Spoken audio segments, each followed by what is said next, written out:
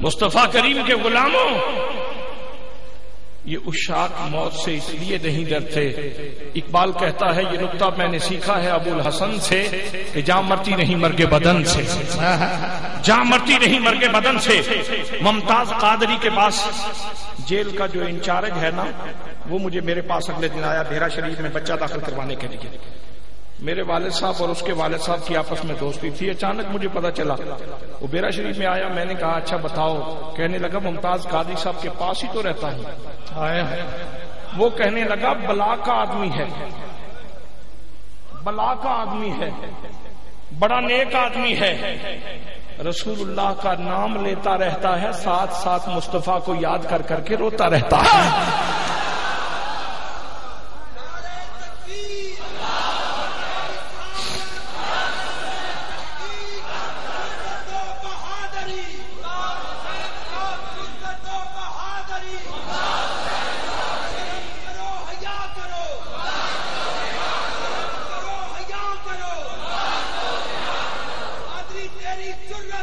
سلام ہے، سلام ہے۔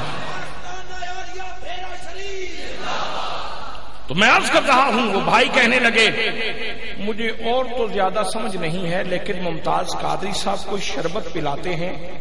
میں نے پاکستان کی بہت ساری پروڈکشن دیکھی ہے، میں نے پاکستان کے سارے مشروب تقریباً پیے ہیں، زندگی گزر گئی ہے، بڑھاپے میں ہوں، بہت سارے مشروب پیے ہیں، لیکن مجھے کہنے لگا رضوی صاحب خدا کی قسم ہے میں نے ایسا مشروب آج تک نہ دیکھا ہے نہ پیا ہے۔ میں نے کہا میرے بھائی جس لجپال نبی کے ساتھ یارانہ اس کا ہے، تجھے کیا معلوم یہ شربت کا پیالہ جو ممتاز قادری آ کے تجھے عطا فرماتے ہیں، ہو سکتا ہے یہ مدینے سے آیا ہو یا مغناط سے آیا ہو۔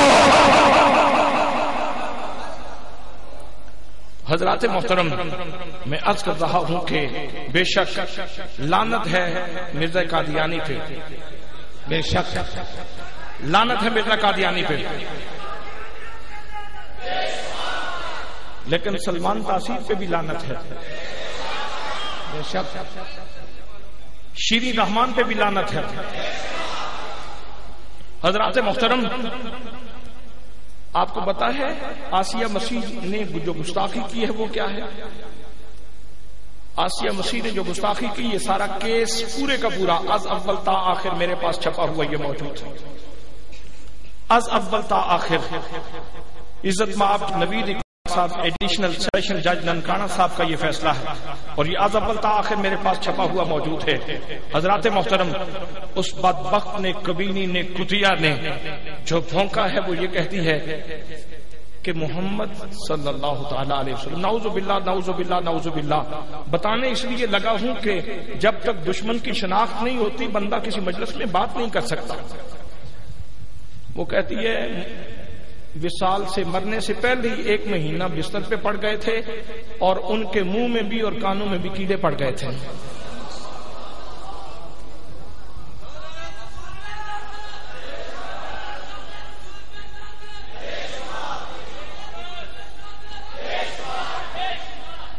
اور اس نے دوسری جو گستاخی کی، اس نے کہا کہ خدیجۃ الکبریٰ رضی اللہ تعالی عنہا سے جو انہوں نے شادی کی ہے مال بٹورنے کے لیے کی ہے، شادی کر کے مال چھین کے ان کو دھتکارتی جا۔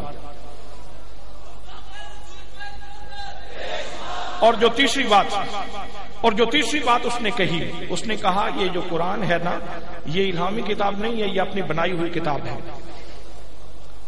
حضرات محترم، جسٹس نوید اقبال صاحب نے اس کو سیشن کورٹ کی عدالت میں فیصلہ سنا دیا کہ یہ واجب القتل ہے، یہ واجب القتل ہے۔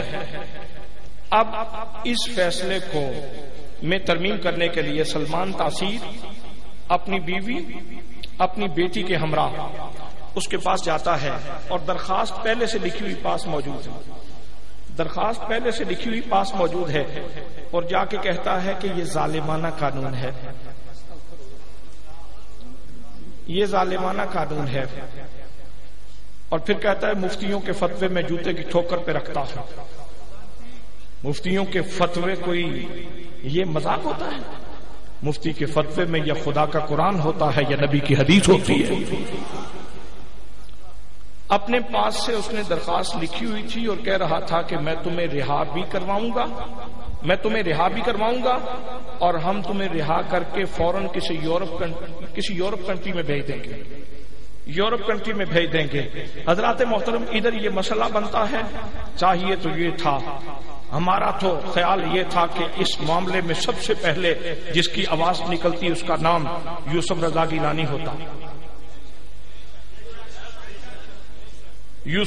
گیلانی ہوتا. لیکن اگر خون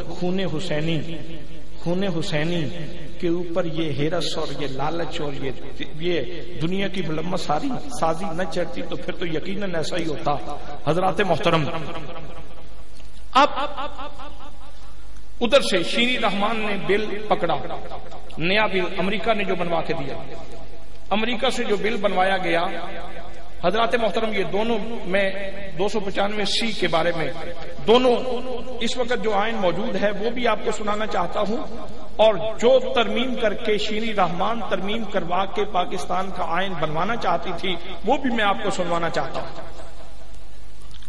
حضرات محترم جو اس وقت قانون موجود ہے وہ یہ ہے کہ جو شخص بذریعہ الفاظ زبانی، تحریری یا اعلانیہ، اشارتاً یا کنایتاً، بالواسطہ یا بلا واسطہ بہتان تراشی کرے یا رسول کریم حضرت محمد صلی اللہ تعالی علیہ وسلم کے نام پاک کی بے حرمتی کرے، اسے سزائے موت یا کم از کم سزائے عمر قید دی جائے گی اور وہ جرمانہ کا مستوجب ہوگا. یہ ایک عرصہ پہلے کا قانون ہے. اب میں اس کی وضاحت نیچے بیان کرتا ہوں. دفعہ 295C میں یا عمر قید کا لفظ یہ مکمل اسلامی سزا کے خلاف تھا. اس لیے وفاقی شرعی عدالت نے اکتوبر 1990 میں اپنے فیصلے میں صدر پاکستان کو ہدایت کی کہ وہ 30 اپریل 1991 تک اس قانون کی اصلاح کریں اور یا عمر قید کے الفاظ ختم کریں، اور یہ کہ اگر تاریخ مقررہ تک ایسا نہ کیا گیا تو پھر اس کے بعد یہ الفاظ خود بخود کل عدم ہو جائیں گے اور صرف سزائے موت قانون بن جائے گا. چنانچہ مقررہ تاریخ تک یہ کام نہ ہو سکا، جس کا نتیجہ یہ ہوا کہ وفاقی شرعی عدالت کے فیصلے کے مطابق یہ الفاظ یعنی یا سزائے عمر قید خود بخود کل عدم ہو گئے، ختم ہو گئے، اور اس وقت جو گستاخ رسول کی سزا ہے وہ صرف قتل ہے. حضرات محترم اب جو شیری رحمان نے بل تیار کیا اور جو اسمبلی میں پیش کرنا چاہتی تھی وہ یہ تھا کہ جو شخص بذریعہ الفاظ زبانی، تحریری یا اعلانیہ، اشارتاً یا کنایتاً، بالواسطہ یا بلا واسطہ سے یا بلا واسطہ بہتان تراشی کرے یا رسول کریم حضرت محمد صلی اللہ تعالی علیہ وسلم کے نام پاک کی بے حرمتی کرے، اسے زیادہ سے زیادہ 10 سال سزائے قید دی جائے گی. اسے زیادہ سے زیادہ 10 سال سزائے قید دی جائے گی. اس الزام کے تحت ملزم کے خلاف مقدمہ درج نہ ہوگا اور نہ ہی پولیس ملزم کو گرفتار کرے گی، اور جو شخص اس جرم توہین رسالت کا الزام کسی پر لگائے وہ ڈی سی اور ڈپٹی کمشنر کے روبرو درخواست دے کہ فلاں شخص نے توہین رسالت کا ارتکاب کیا ہے. متعلقہ ڈی سی اور ڈپٹی کمشنر اپنے طور پر اس امر کی تحقیق کرے گا کہ یہ الزام کہاں تک صحیح ہے. اگر وہ تفتیش کے بعد اس الزام کی تصدیق نہ کرے تو مدعی یعنی مقدمہ درج کروانے والے کے خلاف مقدمہ درج ہوگا جس کی سزا زیادہ سے زیادہ 10 سال سزائے قید ہوگی اور وہ فوری طور پر گرفتار ہوگا. یعنی اگر کوئی گستاخی کرتا ہے تو سب سے پہلی بات تو یہ ہے کہ تھانے میں آپ رپورٹ نہیں کر سکتے، آپ کو سیدھا ڈی سی او کے پاس جانا پڑے گا.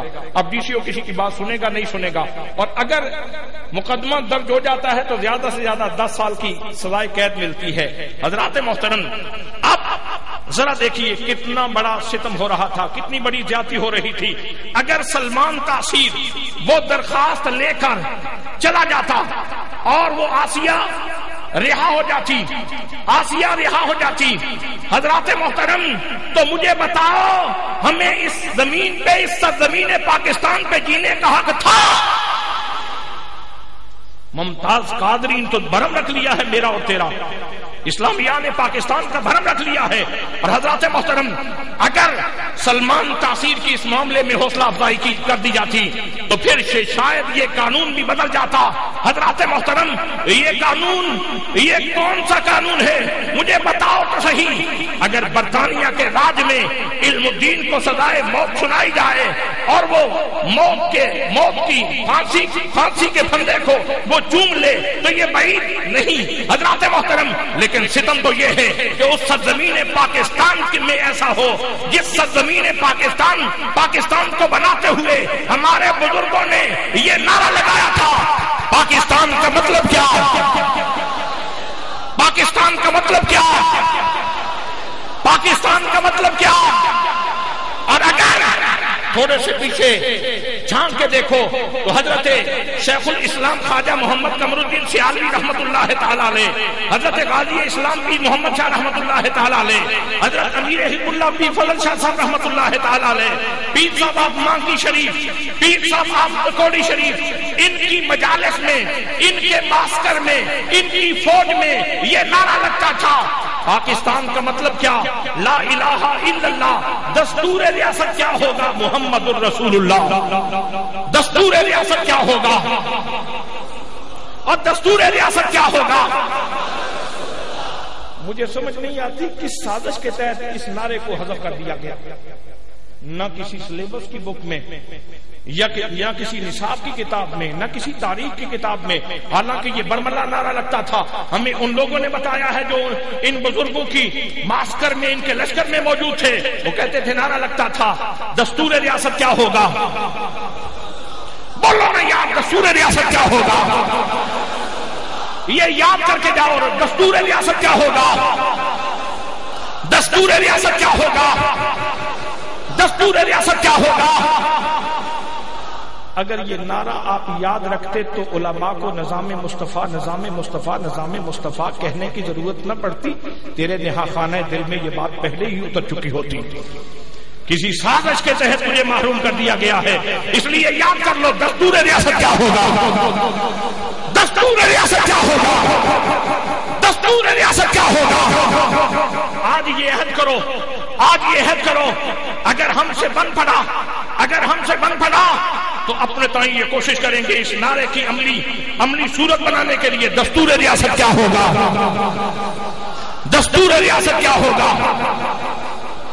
بس آخری جملہ عرض کر کے گفتگو کو سمیٹنے جا رہا ہوں. حضرات محترم, اور دنیا کہہ رہی ہے کہ سلمان تاثیر کو کیوں مارا گیا. میں کہتا ہوں اگر قرآن کا فیصلہ سامنے رکھو تو قرآن نے, میں نے پچھلے سال بھی یہ عرض کیا تھا کہ قرآن نے انسان کی عظمت کی بات کرتے ہوئے 4 قسمیں اٹھائیں. والتین مجھے انجیر کی قسم, والزیتون مجھے زیتون کی قسم, وطور سینین اور مجھے طور سینا کی قسم, وہذا البلد الامین اور مجھے امن والے شہر مکے کی قسم. لقد خلقنا الانسان فی احسن تقویم, ہم نے اس انسان کو حسین ترین پیکر میں بنایا ہے. جس انسان کی تکریم کی بات کرنے سے پہلے رب قسمیں اٹھاتا ہے, اسی انسان کی بات کرتے ہوئے جب وہ اللہ کا غدار ہو جائے, جب وہ رسول اللہ کا دشمن ہو جائے, قرآن کہتا ہے اولئک کالانعام بل ہم اضل, یہ جانوروں کی طرح ہے بلکہ جانوروں سے بھی گیا گزرا ہے. مجھے بتاؤ تو صحیح جانوروں میں کیا کچھ آتا ہے. جانور میں کتا ہے, جانور میں خنزیر ہے, جانور میں بچھو ہے, جانور میں سانپ ہے. قرآن کہتا ہے یہ جانور سے بھی گیا گزرا ہے. حضرات محترم مجھے بتاؤ تو صحیح, اگر کوئی بچھو کو مار دے تو مارنے والے کے خلاف مقدمہ ہونا چاہیے.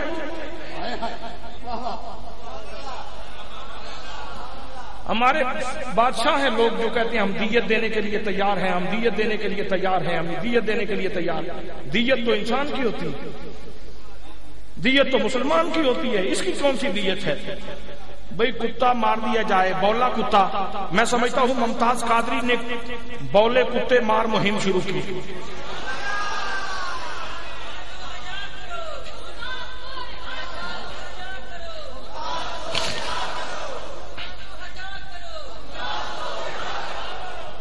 ممتاز قادری تیرا محسن ہے, میرا محسن ہے. جتنے علماء یہاں تحریر فرما ہیں میں علی وجہ البصیرت کہہ رہا ہوں. اس وقت ممتاز قادری جس منصب پہ ہے وہ ہم سب کا مرشد کہلانے کا حقدار ہے.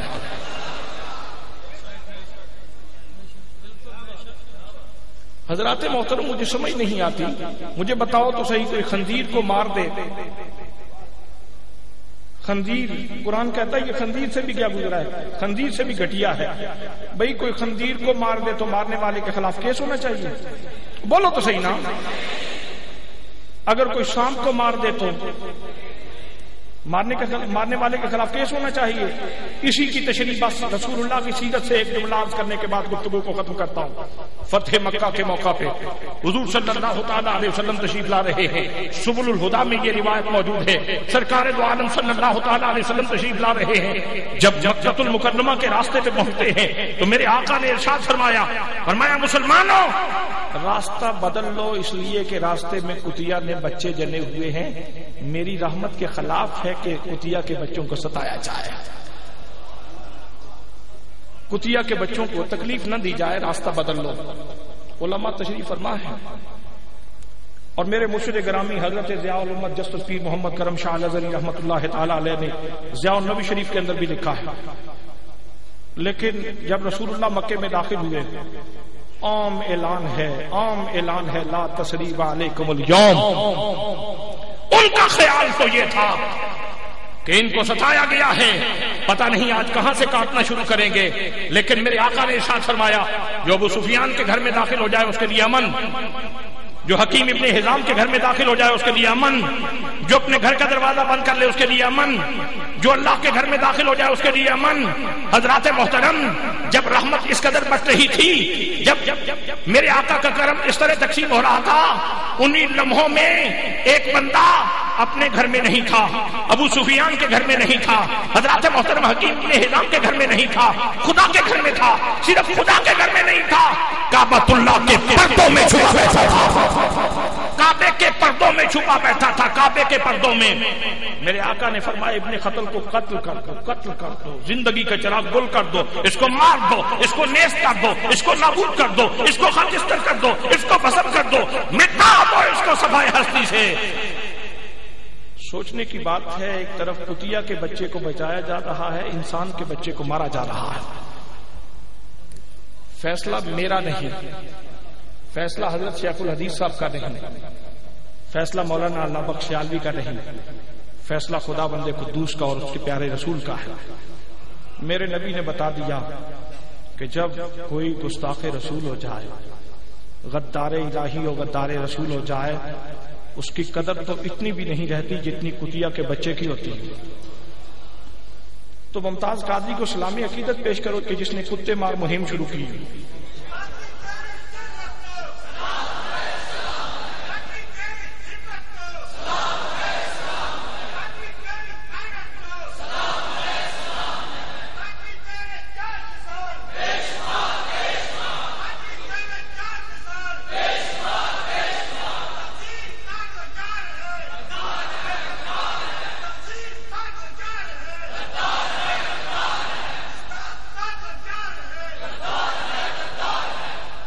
اس لیے میں بھیرا شریف کے ترجمان کی حیثیت سے عرض کر رہا ہوں، کسی بندے کے ذہن میں کوئی غلط فہمی نہ رہے، ہم ممتاز قادری کے ساتھ ہیں، ہم ممتاز قادری کے ساتھ ہیں.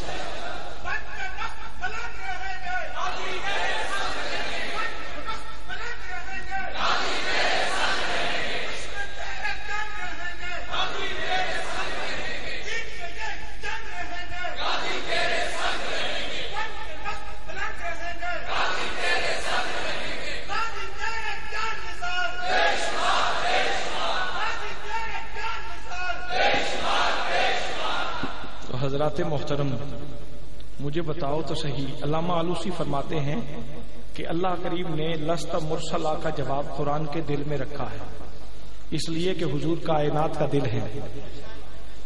کائنات کا دل ہے نا، تو جب کائنات کے دل کے اوپر حملہ کیا گیا تو قرآن کا دل بول پڑا، قرآن کا دل بول پڑا. تو جب رسول اللہ کائنات کا دل ہے تو میرے دل کا بھی دل ہے، تیرے دل کا بھی دل ہے. اس لیے آج کی اس عظیم الشان کانفرنس کے انعقاد پہ میں تمام اہل سرگودا کو اور گرد و نواح سے آنے والے غیور سنی مسلمانوں کو ہدیہ تبریک و تحسین و تشریف پیش کرتا ہوں. اللہ کریم ہم سب کی حاضری قبول فرمائے اور اللہ کریم ہمارے بچوں کو بھی ممتاز قادری بنائے. ہماری آنے والی نسلوں کو ممتاز قادری بنائے. وما علیہ الا البلاغ المبین.